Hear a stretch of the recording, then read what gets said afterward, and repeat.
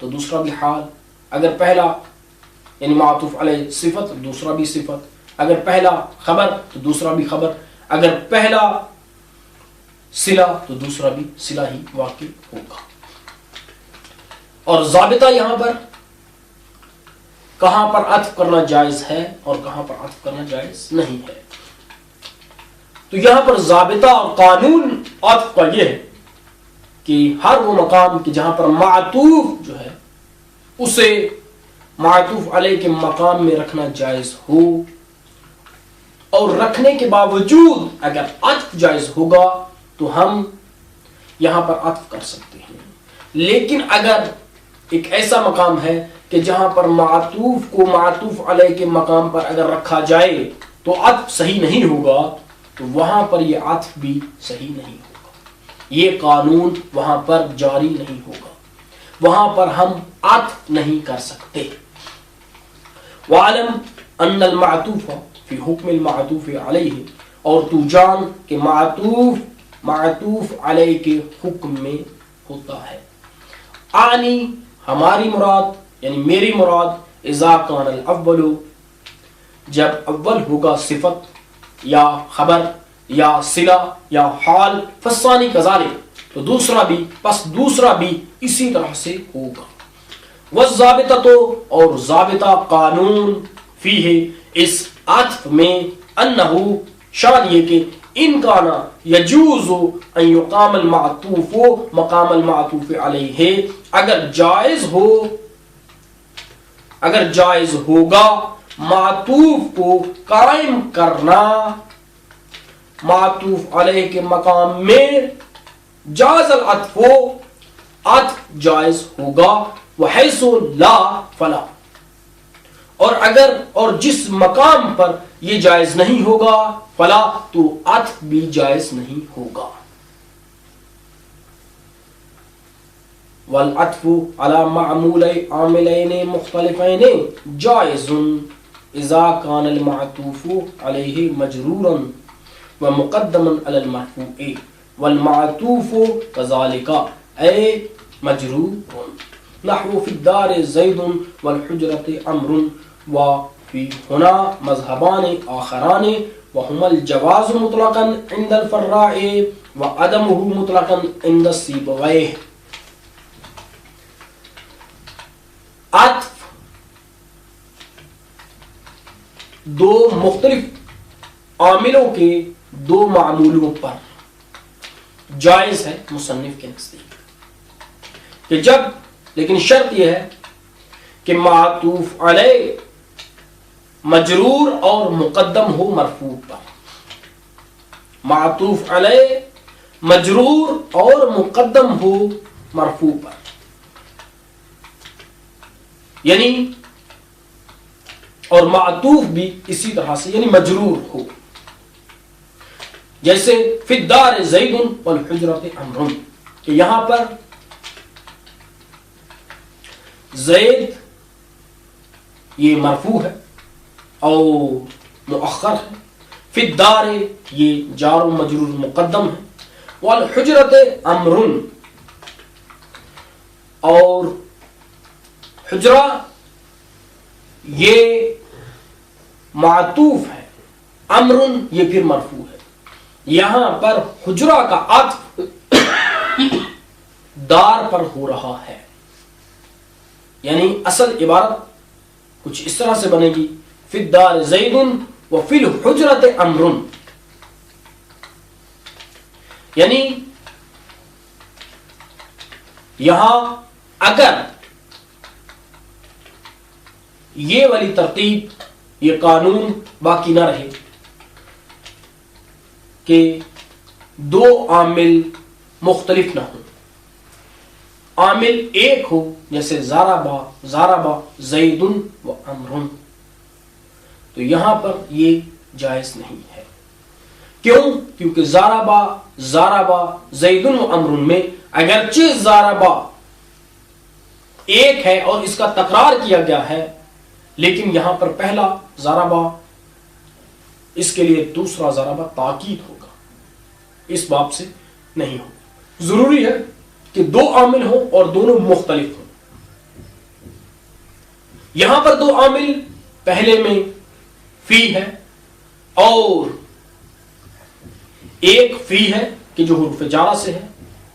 اور ایک عامل معنوی ہے کہ جو ابتدا ہے، یعنی زیدن یہ مبتدا ہونے کی وجہ سے مصنف کے نزدیک ابتدا کی وجہ سے یہ مرفوع ہے۔ والحجرت واو یہاں پر حرف عطف ہے اور حجرت اس کا عطف ہوگا دار پر۔ امر یہاں پر امر یہ بھی ابتدا کی وجہ سے مرفوع ہے، لذا یہاں پر مصنف کے نزدیک یہ قسم جائز ہے عطف سے۔ اس کی وجہ اگرچہ یہاں پر حرف عطف کہ جو ملانے والا ہے دونوں جملوں کو، یہ عامل ضعیف ہے، لیکن چونکہ یہ اس طرح کی مثالیں عربوں میں کثرت سے استعمال کی جاتی ہیں، لذا مصنف جو ہیں اس کے جواز کے قائل ہوئے ہیں۔ یہاں پر دو مذہب دوسرے بھی ہیں، ایک فرا کا ہے، فرا مطلقاً کہتے ہیں کہ جائز ہے، اور ایک سیبوئے کا ہے، سیبوئے مطلقاً عدم جواز کے قائل ہیں۔ سیبوئے کے نزدیک اس لیے جائز نہیں ہے کہ یہاں پر حرف عطف عامل ضعیف ہے، وہ عمل نہیں کرے گا، لذا اس عبارت کا ہم ترجمہ کریں گے۔ والعطف علی معمول عاملین مختلفین جائز، عطف کرنا دو مختلف عاملوں کے معمولوں پر جائز ہے۔ اذا کان المعطوف علیہ کہ جب ہوگا معطوف علیہ مجرور ومقدم علی المرفوع اور مقدم ہوگا مرفوع پر، والمعطوف کذالک اور معطوف بھی اسی طرح سے، یعنی مجرور اور مقدم ہو مرفوع پر، اے مجرور یعنی مجرور ہو، نحو فی الدار زید والحجرۃ عمرو، وفی ہونا اور یہاں میں مذہبان آخران دوسرے دو مذہب ہیں، وہم الجواز مطلقاً عند الفراء اور وہ دونوں جواز ہے مطلقاً فرا کے نزدیک، یعنی خواہ مجرور ہو یا منصوب ہو یا مرفوع، یعنی معطوف علیہ مجرور ہو یا منصوب ہو یا مرفوع، مقدم ہو یا مقدم نہ ہو مرفوع پر۔ وعدمہ اور عدم جواز ہے مطلقاً عند السیبوئی، سیبوئی کے نزدیک، مطلقاً سے مراد وہی کہ خواہ معطوف علیہ مجرور ہو یا منصوب ہو یا مرفوع، ان سب صورتوں میں جائز نہیں ہے، حتیٰ کہ جس صورت میں مصنف جواز کے قائل ہیں وہاں پر بھی جائز نہیں ہے۔ وہ ہم نے بیان کر دیا کہ معطوف علیہ مجرور ہو اور مقدم ہو مرفوع پر، یعنی مطلقاً کسی صورت میں بھی جائز نہیں ہے سیبوئے کے نزدیک۔ عدمہ یعنی ضمیر لوٹ رہی ہے جواز کی طرف، عدم جواز ہے مطلقاً عند سیبوئے، سیبوئے کے نزدیک۔ القسم الثالث التأکید وهو تابع يدل على تقریر المطبوع فيما نسب إليه نحو جاءني زيد نفسه، او يدل على شمول الحكم لكل افراد المطبوع مثل فسجد الملائکۃ كلهم اجمعون۔ توابع میں سے تیسری قسم تاکید کی ہے۔ تاکید وہ تابع ہوتا ہے جو دلالت کرتا ہے مطبوع کی تقریر اور تثبیت پر، پختگی پر، اس چیز میں کہ جو اس مطبوع کی طرف نسبت دی گئی ہے۔ جیسے ہم کہیں جاءنی زید نفسہ، تو یہاں پر حکم مجیء زید کی طرف نسبت دیا گیا ہے، اور نفسہو یہ تاکید ہے، اور خود یہ نفسہو تقریر و تثبیت کر رہا ہے زید کی کہ آیا میرے پاس زید، یعنی خود زید، کہ آنے میں اگر کوئی شک کرے کہ شاید زید نہیں آیا تو نفسہو اس حکم کی، اس حکم مجیء کی تاکید کر رہا ہے کہ جو چیز مطبوع کی طرف نسبت دی گئی ہے اس میں شک و شبہ کی کوئی گنجائش نہیں ہے کہ زید ہی آیا ہے، یعنی خود زید آیا ہے۔ یا یہ تاکید دلالت کرتی ہے اس چیز پر کہ حکم شمولیت رکھتا ہے، شامل ہے مطبوع کے تمام افراد کو، جیسے فسجد الملائکۃ کلہم اجمعون، کہ یہاں پر کل اور اجمعون دونوں ہی تاکید ہے ملائکہ کے لیے، اور یہ تاکید اس امر پر دلالت کر رہی ہے کہ سجدہ کیا ملائکہ نے، آیا بعض نے یا ایک نے یا دو نے یا چند نے یا وہ جو حاضر تھے انہوں نے نہیں، کلہم اجمعون تمام کے تمام ملائکہ نے سجدہ کیا، اور اجمعون پھر تاکید در تاکید ہے، تاکید در تاکید ہے، لذا تمام کے تمام نے دلالت کر رہی ہے یہ تاکید حکم کے تمام مطبوع کے تمام افراد کو شامل ہونے پر، کہ حکم مطبوع کے تمام افراد کو شامل ہے، یعنی کوئی بھی باقی نہیں بچا۔ تو اس عبارت کا ہم ترجمہ کریں گے، القسم الثالث التاکید، قسم سوم تیسری قسم تاکید ہے، وہو تابع، اور یہ تاکید تابع ہوتا ہے، یدل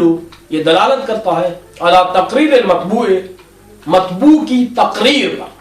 تقریر یعنی تثبیت، مطبوع کی تثبیت پر اس چیز میں کہ نسب الیہ جو نسبت دی گئی ہے الیہ اس مطبوع کی طرف، نحو جعلی زید نفسہ، آیا میرے پاس زید، خود زید، نفس زید، او یدل یا یہ تاکید دلالت کرتی ہے علی شمول الحکم لکل افراد المطبوع، حکم کے شمول پر دلالت کرتی ہے مطبوع کے تمام افراد کے لیے، کہ مطبوع کے تمام افراد اس حکم میں شامل ہیں، کوئی بھی ایک اس حکم سے خالی نہیں ہے، سب کے سب اس حکم میں شامل ہیں۔ مثل فسجد الملائکۃ کلہم اجمعون، سجدہ کیا، پس سجدہ کیا ملائکہ نے، تمام کے تمام ملائکہ نے، اجمعون بھی یہی معنی رکھتا ہے، یعنی سب کے سب ملائکہ نہیں۔ والتاکید علی قسمین لفظی وهو تقریر اللفظ الاول بعینہ، نحو جعنی زید زید وقام زید زید، جعنی جعنی زید، قام قام زید، ویجوز فی الحروف ایضا نحو ان ان زیدا قائم۔ تاکید کی دو قسمیں ہیں،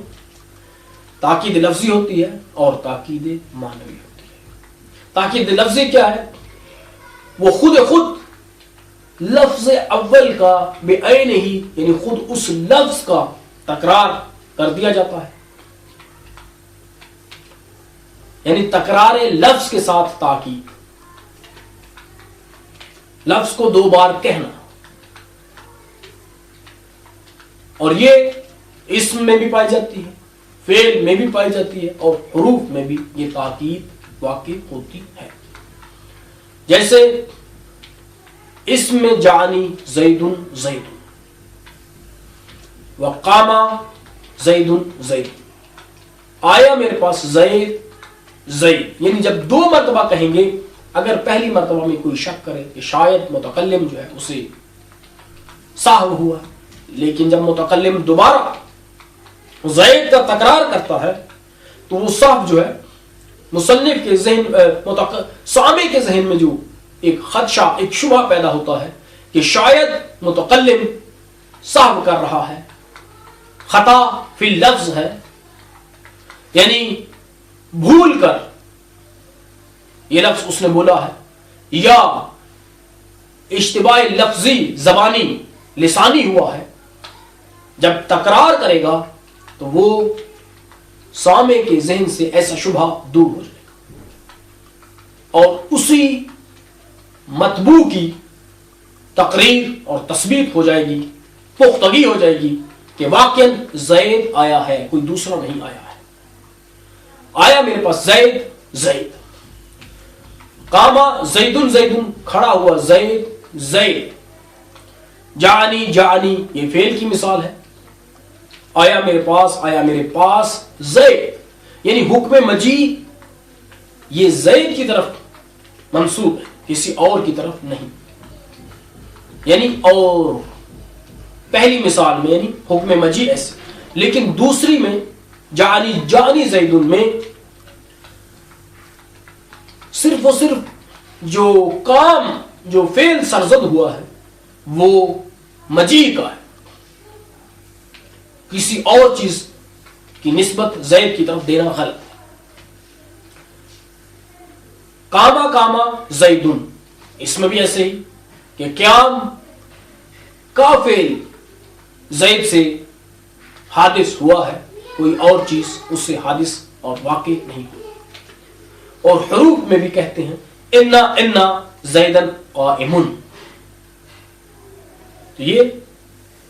والتاکید علی قسمین، اور تاکید دو قسموں پر ہے، لفظی لفظی وہو تقریر اللفظ الاول، اور وہ لفظی کیا ہے، لفظ اول کا بعین ہی تکرار کرنا ہے، نحو جعنی زیدن زیدن وقاما زیدن زیدن، جعنی جعنی زیدن قاما قاما زیدن۔ ویجوز فی الحروف ایضا، اور یہ تاکید یعنی تاکید لفظی جائز ہے حروف میں بھی نیز، انا انا زیدن قائمن۔ وصلی اللہ علی سیدنا محمد وآلہ الطاہرین۔